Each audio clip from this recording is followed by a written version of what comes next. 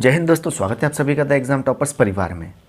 जैसा कि भारत का स्वतंत्रता दिवस नज़दीक ही आ गया है, इसी बात को मद्देनजर रखते हुए पाकिस्तान को स्वतंत्र हुए भी लगभग 70 वर्ष से अधिक का समय हो चुका है। इस लंबे अरसे में हम अपने इतिहास के कितने ही ऐसे अनेक किस्से हैं जिनसे अनजान हैं। भारत अपना स्वतंत्रता दिवस का आयोजन प्रत्येक वर्ष 15 अगस्त को करता है। वहीं हमारे साथ स्वतंत्र होने वाला पड़ोसी देश पाकिस्तान अब यही आयोजन 14 अगस्त को मनाता है। तो हर साल ये सवाल उठता है कि दो देश एक साथ आज़ाद हुए हों तो उनके स्वतंत्रता दिवस में एक दिन का अंतर कैसे आ गया है, तो इस वीडियो में हम इस बारे में जानते हैं। 15 अगस्त 1947 को भारत को दो ब्रिटिश राज से दो अलग अलग राष्ट्रों अर्थात भारत और पाकिस्तान की कीमत पर अपनी स्वतंत्रता मिली थी। कब मिली थी? 15 अगस्त 1947 को। अब यहाँ पर कैसे क्वेश्चन उठते हैं उन सभी को हम जानते हैं। दोनों देशों ने एक साथ अपनी स्वतंत्रता प्राप्त की, लेकिन पाकिस्तान ने 14 अगस्त 1947 को भारत से एक दिन पहले अपना स्वतंत्रता दिवस एक मुस्लिम प्रमुख राष्ट्र के रूप में मनाया, क्योंकि पाकिस्तान भारत को अपने आप से एक दिन बड़ा मानता है। वह यह बताना चाहता है कि नहीं, हम भारत से एक दिन बड़े हैं। जबकि भारत एक धर्मनिरपेक्ष राष्ट्र के रूप में उभरा। मोहम्मद अली जिन्ना मुस्लिम राष्ट्र पाकिस्तान के संस्थापक के रूप में उभरे थे। कौन? मोहम्मद अली जिन्ना।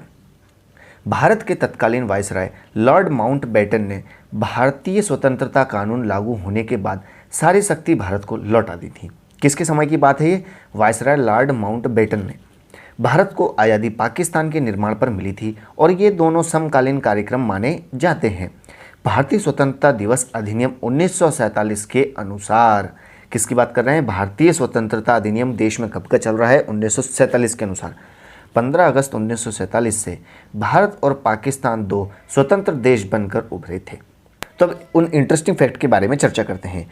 पाकिस्तान भारत से एक दिन पहले स्वतंत्रता दिवस मनाता है क्योंकि लॉर्ड माउंटबेटन ने 14 अगस्त 1947 को अपनी शक्तियां पाकिस्तान को ट्रांसफ़र कर दी थीं, ताकि पाकिस्तानी अधिकारी 15 अगस्त 1947 को नई दिल्ली में भारत के पहले स्वतंत्रता दिवस कार्यक्रम में शामिल हो सकें।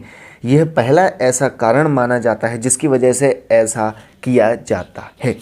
दूसरा प्रमुख कारण आता है कि 14 अगस्त 1947 को रमज़ान का 27वां दिन भी था, जिसे इस्लामिक कैलेंडर के अनुसार पाक दिन माना जाता है।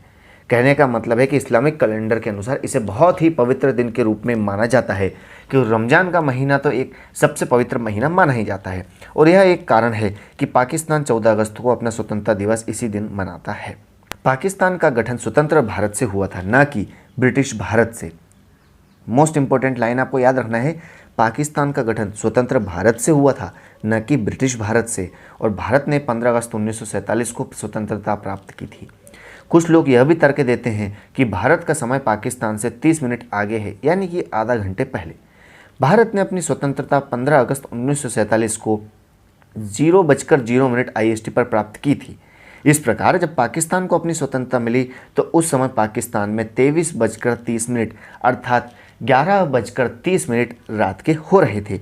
इस प्रकार पाकिस्तान भारत के स्वतंत्रता से एक दिन पहले अर्थात ठीक 14 अगस्त 1947 को अपना स्वतंत्रता दिवस मनाता है। वर्ष 1971 में पूर्वी पाकिस्तान, जो कि वर्तमान में बांग्लादेश के रूप में स्वतंत्र होकर उभरा है, जबकि पश्चिमी पाकिस्तान, जो कि आज भी पाकिस्तान के रूप में जाना जाता है। अब बात करते हैं भारत पाकिस्तान विभाजन के बारे में। तो विभाजन के बाद भारत डोमिनियन को भारत गणराज्य के रूप में जाने लगा। स्वतंत्र भारत को क्या जानने लगा है? भारतीय गणराज्य के रूप में जानने लगा है। और पाकिस्तानी डोमिनियन को इस्लामिक गणतंत्र अर्थात पाकिस्तान के रूप में जाना जाता है। यह विभाजन लाखों लोगों के जीवन की कीमत पर बड़े पैमाने पर हिंसा का गवाह बनकर लगभग 10 से 12 मिलियन लोगों को धार्मिक रेखाओं से विस्थापित करता है। जब भारत और पाकिस्तान का विभाजन हुआ था उस समय लाखों की तादाद में लोगों का नरसंहार के रूप में देखा गया था। कई लोगों की मौतें हुई, कई को कुचला गया। दोनों देशों की सीमाओं पर आर पार की तनातनी चल रही थी। मोहम्मद अली जिन्ना मुस्लिम बहुल देश पाकिस्तान के पहले प्रधानमंत्री बने थे, जबकि पंडित जवाहरलाल नेहरू एक धर्मनिरपेक्ष राष्ट्र भारत के पहले प्रधानमंत्री बने थे।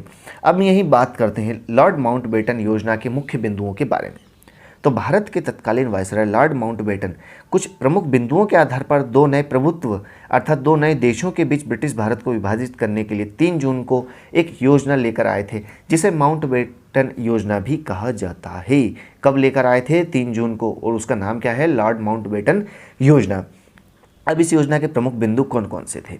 पंजाब और बंगाल की विधानमंडलों में सिख, हिंदू और मुस्लिम मिलकर विभाजन के लिए मतदान करेंगे। कौन कौन से? हिंदू, सिख और मुस्लिम तीनों लोग मिलकर पंजाब और बंगाल की विधानमंडलों में मतदान करेंगे। यदि कोई समूह साधारण बहुमत विभाजन चाहता था तो ये प्रांत भी विभाजित हो जाएंगे। अर्थात कुल मिलाकर बात यह थी कि पंजाब के भी और टुकड़े अगर चाहें तो कर सकते थे। टुकड़े से मतलब यहाँ पर विभाजन से है, जनसंख्या के आधार पर या वहाँ की किस धर्म की ज़्यादा जनसंख्या, उस तरीके के आधार पर, उस समय की स्थिति के अनुसार बात चल रही है। दूसरा आता है सिंध और बलूचिस्तान के मामले में संबंध प्रांतीय विधानमंडलों को सीधे निर्णय लेना था। सिंध की और बलूचिस्तान की जो विधानमंडल थी उनको निर्णय लेना था। तीसरा, उत्तर पश्चिम प्रांत में और असम के सिलहट जिले के लोगों को भी राय जानने के लिए फैसला एक जनमत संग्रह के द्वारा किया जाना था।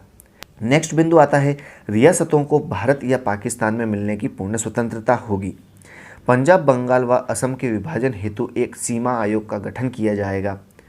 पाकिस्तान के लिए संविधान निर्माण हेतु एक पृथक संविधान सभा का गठन किया जाएगा। ये सब किसकी रिपोर्ट थी या किसके प्रमुख बिंदु थे? लॉर्ड माउंटबेटन योजना के कुछ प्रमुख बिंदु के बारे में बात कर रहे हैं। भारत और पाकिस्तान को सत्ता हस्तांतरण के लिए 15 अगस्त 1947 का दिन चुना गया था। लॉर्ड माउंटबेटन मुस्लिम लीग और कांग्रेस की मांगों को पूरा करना चाहते थे। मोस्ट इंपॉर्टेंट लाइन है यहाँ पर कि लॉर्ड जो माउंटबेटन साहब थे वो मात्र सिर्फ और सिर्फ मुस्लिम लीग और कांग्रेस की मांगों को पूरा करना चाहते थे और साथ ही साथ अधिकतम संभव एकता को बनाए रखना चाहते थे। इस प्रकार लॉर्ड माउंटबेटन के फार्मूले ने एक अलग देश और अधिकतम संभव एकता पर कांग्रेस की स्थिति को देखते हुए मुस्लिम लीग को मांग पूरा कर भारत और पाकिस्तान को दो अलग अलग भागों में बांटने के लिए मजबूर कर दिया था, या दो अलग अलग भागों में बांटने के लिए एक ऐसा निर्णायक तौर पर खड़ा कर दिया था। तो यह थी पूरी कहानी पाकिस्तान भारत से एक दिन पहले स्वतंत्रता दिवस क्यों मनाता है उसके बारे में। अगर आपको यह वीडियो पसंद आया तो वीडियो को लाइक एंड शेयर करना बिल्कुल ना भूलें। साथ ही चैनल को सब्सक्राइब कर बेल आइकन को प्रेस कर लें ताकि आपको लेटेस्ट वीडियोस के नोटिफिकेशन मिलते रहें। Thanks for watching. जय हिंद।